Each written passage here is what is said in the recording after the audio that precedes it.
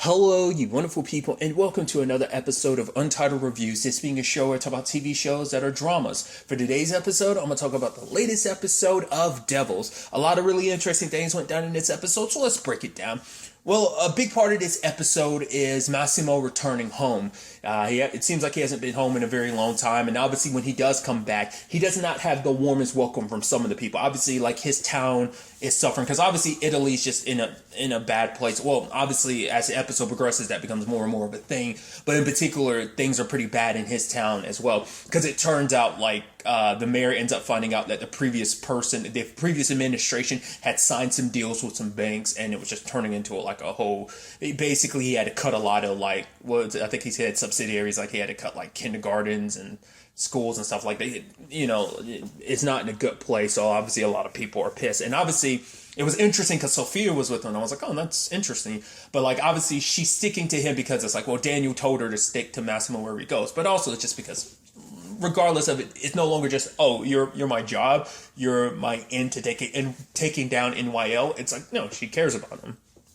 So there's that whole situation. But the main reason why Massimo's back home is his dad called him back home because his dad is dying. And so, obviously, we get flashes, bits here and there about what happened with Massimo, like, obviously, it's like there's someone drowning and he's trying to get to them, but he's failing. And it's like, okay, we're trying to understand the context of that. So his dad wants him to do something for him because basically the banks have taken everything from him. And so obviously Massimo's like, if you needed money, you should have told me. But he's like, no, I don't need your money. I need to keep my boats. He's like, I would rather burn them than let anyone else have them. So I need you to do your thing. Like, obviously, you're very good at what you do, so I need you to get them to stop. So he meets with the mayor, the mayor is Vincero, who was his best friend, which we find out why, like, he made it specific was. Then there's obviously Stefan, who confronts Massimo, who's like, oh yeah, like, basically, get out of town unless you want trouble. Next time I see you, I will kill you. So we can't, obviously, even, like, Sophia being at Massimo's place, there was a rock thrown through the window and everything. So, obviously, it's like, okay, what's going on here? And obviously, later on, Massimo goes and confronts Stefan about everything and gets the living shit beat out of him. Granted, he went into it to instigate it. Like, it is a situation of regardless of whether, he was a kid and everything that went that. Like, basically, Stefan says, you killed my dad. Basically, Massimo and Vincero ended up stealing Stefan's dad's bow. He came after them, and, obviously, Vincero couldn't hear him over the engines, but it ended with his dad. The currents are so strong, Massimo tried to save him, but couldn't get to him, and so the judges decided, send him away to juvie for manslaughter. But Vincero, because his family is powerful, he got away without any charges. Massimo's the one that basically got the hammer thrown at him because his dad got paid off. It's like, okay, here's all this money to not say anything. They'll basically let Massimo take the fall for it all, so now that led to the complicated thing. And Massimo was in juvie. He was in there for 2 years, so because now we understand, why his issues with his father, which in retrospect is sucky because earlier in the episode, his dad said, I don't run away. So it's almost like he was saying, I don't run away from my problems like you did. You ran away. It was like, that's shitty considering what you did. And that's some very effed up and complicated thing. It's like, even at the end of the day, Massimo's dad never apologized. He was basically saying, prison made you strong. Obviously, it worked out for you in the end because look how successful you are. So, if you hadn't gone to prison, it wouldn't have sent you on. It's like he was a kid, he made a mistake. But the fact of the matter, if it was just him taking the fall, that's one. If him and Vincero had both gotten punished, but everything got pushed onto Massimo. Massimo became the one known as, hey, I killed Stefan's dad, because if Vincero had been able to defend him, would have been no, it was it would. I'm sure it just wouldn't have all fallen on Massimo, and he wouldn't have that hanging on his head. And that's the sad situation because initially Massimo didn't want to do anything for the town, but obviously for Sophia, it's when she looks at this town, it reminds her of her hometown, and it's the bank coming in, screwing over everyone, including her brother. It led to people dying, including her brother. So for her, it's this might not be, these are your people because this is your hometown. You can't erase that. So are you really just, because the main reason why he didn't want to help was mainly because it would have meant helping his dad, and he resents his father for everything that went down. Understandably so. So, when it was all said and done, though, Massimo meets with Vincero, sits down with all the bankers, and he was able to get the deal kind of thrown out because they didn't do the proper paperwork, so he was able to find loopholes around it.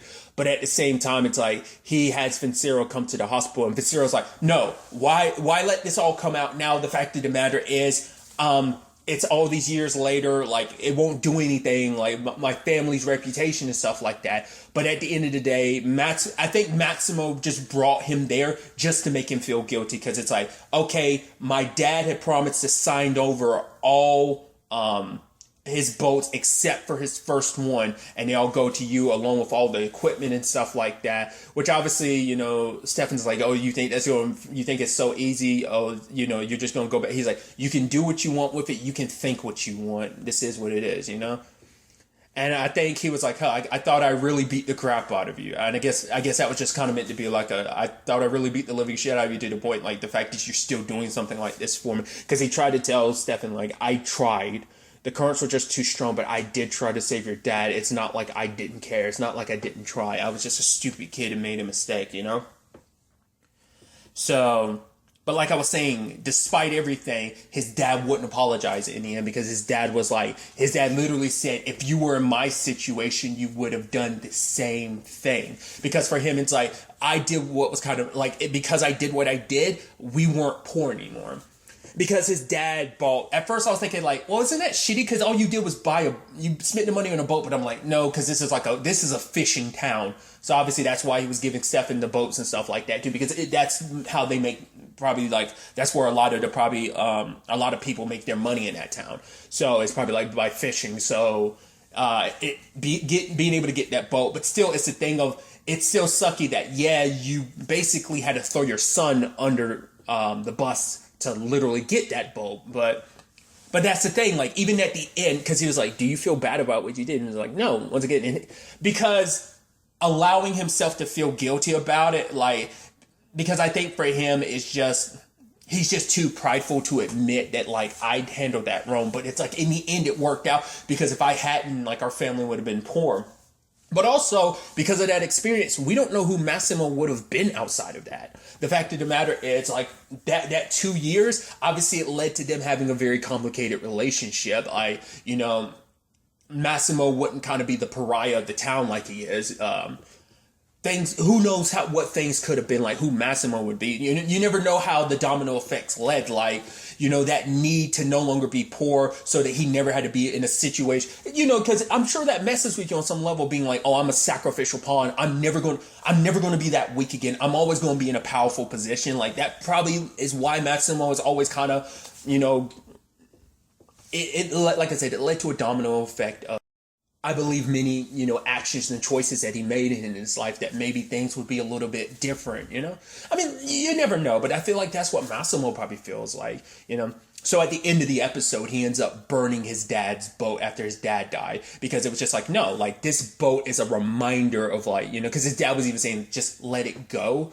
And it's like, if you had at least given me some closure to be like, I'm sorry. At no point did he actually say he was sorry. You know, even at the end, he couldn't give Massimo that. So Massimo burns the boat. It's like, it was all in his name anyway, but it's like, I'm not going to keep a boat what it represents. It's like, staring at the boat will be a constant reminder of being sacrificed. Not just those 2 years in prison, in juvie, but I mean, you know, it's prison regardless. But it's like, not just those 2 years that were taken from him, not just his reputation being destroyed, that the person who did that to him was his own father. Like, that's enough to, you know, enrage you, of course. So Massimo's going to burn that boat, you know, like, it's just, you just never know what things could have been like, you know. So, and it's kind of sad that even in the end, like I said, Massimo and his dad still didn't end on the best of terms. He was still there for his dad regardless at the very end, but it's still just kind of like a you know, and I thought it was neat how they cut the scene where it's just like,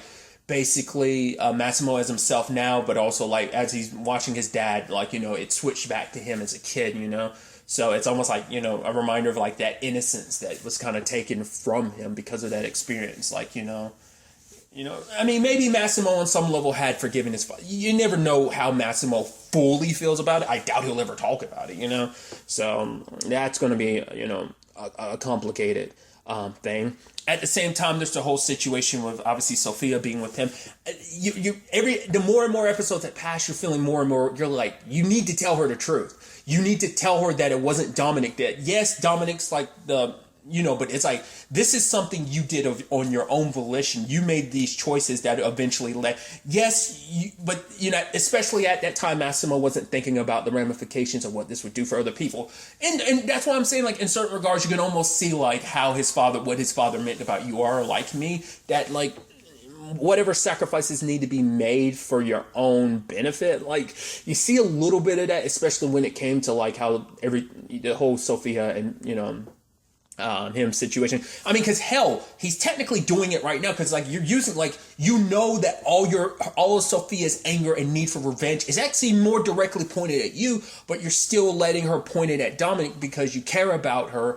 But at the same time, it gets murky because it's like you're using her. You're not telling her the truth. You've been sitting on this truth. You know now what this is all about. You've known for a while, but she finally told you herself it's about her brother, and you still, like, it's complicated. You don't.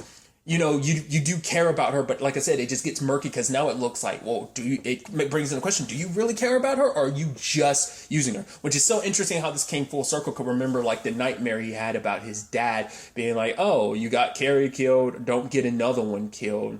Which now that in retrospect almost makes you think that could have almost been like in reference to that whole situation with Stefan's dad as well. You can almost draw those parallels, I think, but Sophia had came back because Daniel was like, you told me you didn't find anything, and he wasn't really believing her, so he decides, he's like, I'm going to investigate on my own. So he busts into, I think, Massimo's place. That might be Sophia's place, but I think it's Massimo's place. But whoever place it is, found all the information they found, even the photos, and he confronts her at the end of the episode. It's like, yo, what's this all about? And it's like, oh, like, yeah, I didn't find anything at the time. It's like, well, what about these photos? And all that information is like, yep, this can take down NYL, but you see her squeezing her leg because she's like, shit.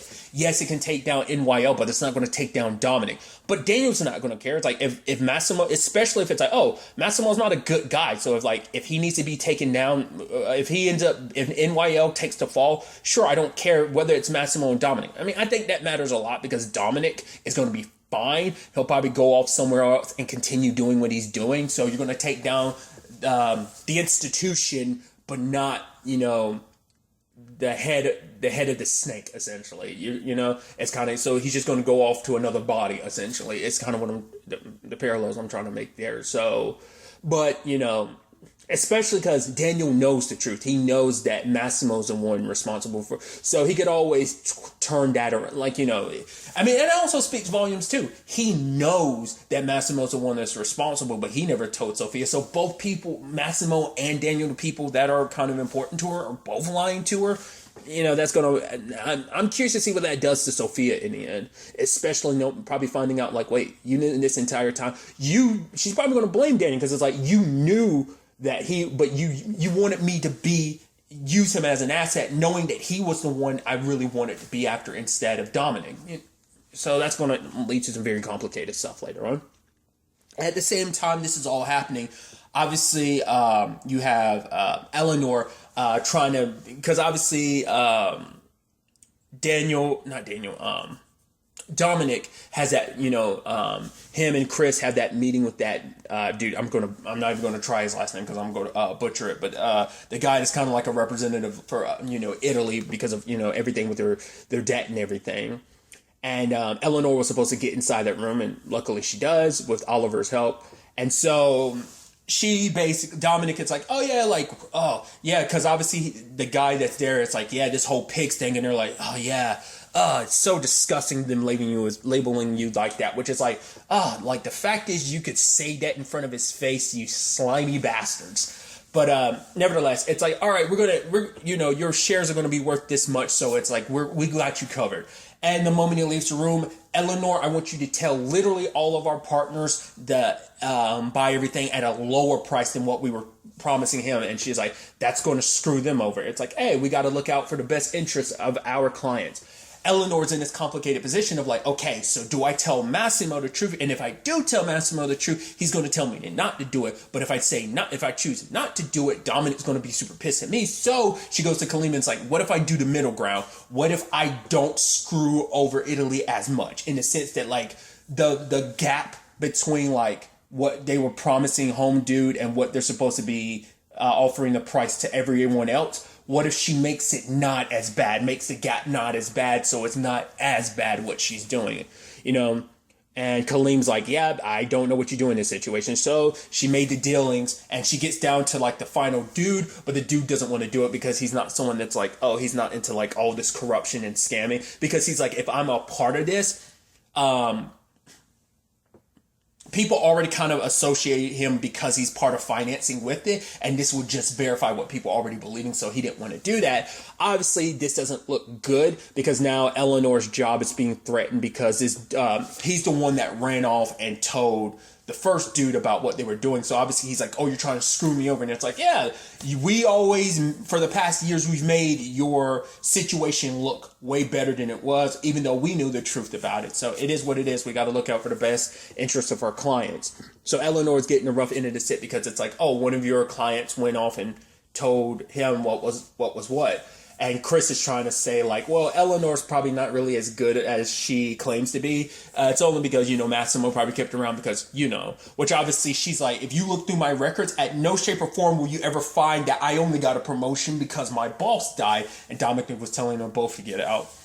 So obviously she sits down with Oliver and kind of, you know, vents about the situation. And Oliver, wanting to have her back, ends up fixing the situation and obviously makes it seem like, oh, like and made it like, oh, it was all her. She bribed him and everything. And Dominic was like, oh, it's a little obvious, but good job, Eleanor. So it kind of all worked out. She gets to keep her job and stuff like that because for her, she's in this situation because she's a woman. Like she has to do things like basically she has to be perfect because also like anytime if she does anything over dramatic, it's just like, oh, here she is, the woman being overdriven, because she's one of the few.